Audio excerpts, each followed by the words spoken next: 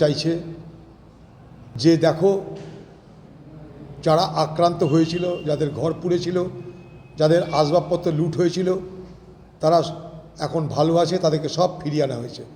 পুলিশের ভয় দেখিয়ে ফিরিয়ে আনা হয়েছে। এক, যারা আশ্রয় দিয়েছিল তাদের বিরুদ্ধে মিথ্যা কেস লাগিয়ে সেই এলাকার মানুষকে ভীত সন্ত্রস্ত করে এই সমস্ত মানুষকে ফিরিয়ে আনা হয়েছে। তাদের না আছে ঘর, না আছে চুলো, না আছে আকাশের মাথার উপরে ছাদ, এই জায়গায় তাদেরকে ফিরিয়ে আনা হয়েছে শুধুমাত্র এই সরকার তার বিশ্বাসযোগ্যতা প্রমাণ করার জন্যে। আপনাদের আরও বলে রাখি, প্রথম দিন থেকে আমি বলে এসেছিলাম যে মমতা ব্যানার্জি আপনি কেন এখানটায় ভিজিট করতে আসছেন না, আপনি কেন সেই সমস্ত পরিবারের সঙ্গে, আক্রান্ত পরিবারের সঙ্গে দেখা করতে আসছেন না, আপনি কেন সেই সমস্ত মৃত পরিবারের সঙ্গে দেখা করতে আসছেন না, আমি কিন্তু বারবার করে দাবি করেছিলাম। সেই সময় তৃণমূলের প্রচার ছিল, বাইরে থেকে সব এসে, বাংলাদেশ থেকে এসে বিএসএফের মদতে সব ঘটনা ঘটেছে। বাংলাদেশ থেকে এসে নাকি ঘটনা ঘটিয়েছে আর বিএসএফ বর্ডার খুলে দিয়েছে, এই ছিল প্রচার।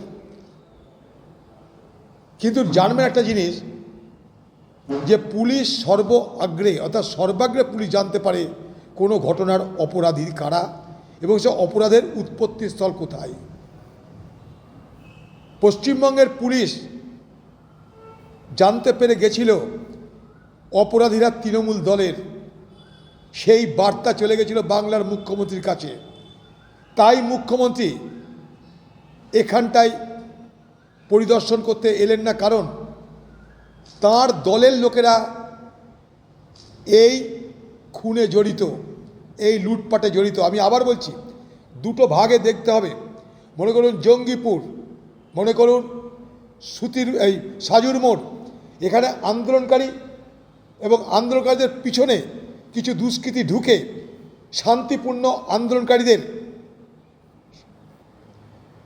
সেই আন্দোলনের মধ্যে আশ্রয় নিয়ে তারা শান্তিপূর্ণ আন্দোলনের উদ্দেশ্যটাকে ছিন্ন ভিন্ন করে দিয়ে সংঘর্ষে লিপ্ত হলো। ঠিক একইভাবে হুলিয়ান শামসেরগঞ্জেও এই আন্দোলনের সুযোগ নিয়ে কিছু দুষ্কৃতিকারী সেখানটা প্রবেশ করে লুটপাট শুরু করলো। ঠিক একই সময় শহরের বাইরে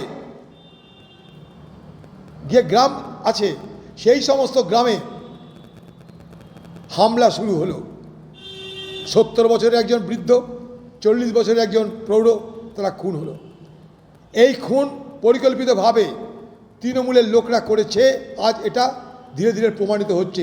প্রথম দিন থেকে বলে এসেছি আমরা, পঞ্চায়েত যাদের, পঞ্চায়েত সমিতি যাদের, মিউনিসিপ্যালিটি যাদের, এমএলএ যাদের, এমপি যাদের, তাদের মদত ছাড়া, তারা অংশগ্রহণ করা ছাড়া এত বড় ঘটনা ঘটতে পারে না। কারণ 5 ঘন্টা পুলিশ নিশ্চুপ থাকলো কেন, এর উত্তর আজও আমরা পেলাম না।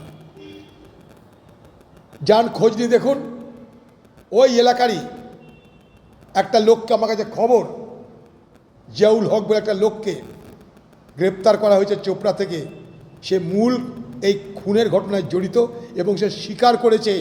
খোঁজ নিয়ে দেখুন, সে তৃণমূলের লোক, স্বীকার করেছে এই খুন বাইরে থেকে কেউ আসেনি, আপনার দলের লোকরা করেছে। তাদেরকে বাঁচানোর জন্য বাংলার মুখ্যমন্ত্রী গল্প ফেঁদেছিলেন বাংলাদেশ থেকে এসেছে। আপনি কি করলেন জানেন বাংলার মুখ্যমন্ত্রী? এই ঘটনার মধ্য দিয়ে আপনি মুর্শিদাবাদ জেলা এবং বাংলার মুসলমান সমাজের জন্য বদনাম এনে দিলেন। সারা ভারতবর্ষ জুড়ে আজ আলোচনা একটাই, মুর্শিদাবাদ, মুর্শিদাবাদ, মুর্শিদাবাদ। মুসলমান সমাজের জন্য আপনি বদনাম এনে দিলেন আপনার প্রশাসনের গাফিলতিতে, উদাসীনতায় এবং আপনার দলের লোকেদের সক্রিয় এই হত্যাকাণ্ডে অংশগ্রহণের মধ্য দিয়ে আপনি সারা দেশের কাছে আমার জেলার মুসলমান সম্প্রদায়ের বদনাম তৈরি করলেন। আপনাকে তার জন্য ক্ষমা চাইতে হবে, আপনাকে ক্ষমা চাইতে হবে তার জন্যে। আপনি জেনে বুঝে চুপ করেছিলেন, আপনি তার জন্য এখানে পরিদর্শন করতে আসছেন না। কারণ আপনি তো সব জানেন, পুলিশ তো খবর দিয়ে দিয়েছে আপনাকে কিভাবে কেন এই ঘটনা ঘটেছে। আপনি অস্বীকার করতে পারেন? আপনি না মন্দির করছেন, বলুন কালী মন্দিরে গিয়ে দাঁড়িয়ে কালীঘাটে যে আপনি কিছু জানতেন না, বলুন। কথা দিয়েছে, জানি না করবে কি না, কারণ তৃণমূলের কথায় আর কাজে তো কোনো মিল থাকে না।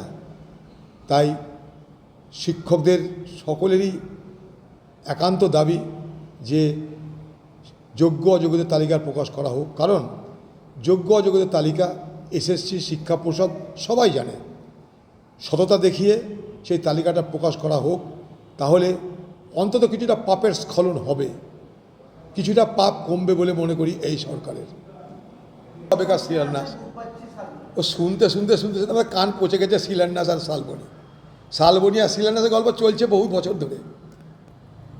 এইসব বাংলার বেকার যুবকদেরকে আবার কুমিরের ছানা দেখাচ্ছে। দেখো আমি শিল্প নিয়ে এলাম, দেখো আমি জিন্দালদের নিয়ে এলাম, দেখো আমি শালবনীতে বিদ্যুৎ উৎপাদন কেন্দ্র করব। উৎপাদন কেন্দ্র করে কী হবে? বিদ্যুৎ তো বাইরের রাজ্যে বিক্রি হবে, আপনি কী করবেন? একটা বিদ্যুৎ উৎপাদন কেন্দ্র হলো, বিদ্যুৎ বাইরের রাজ্যে বিক্রি করবে।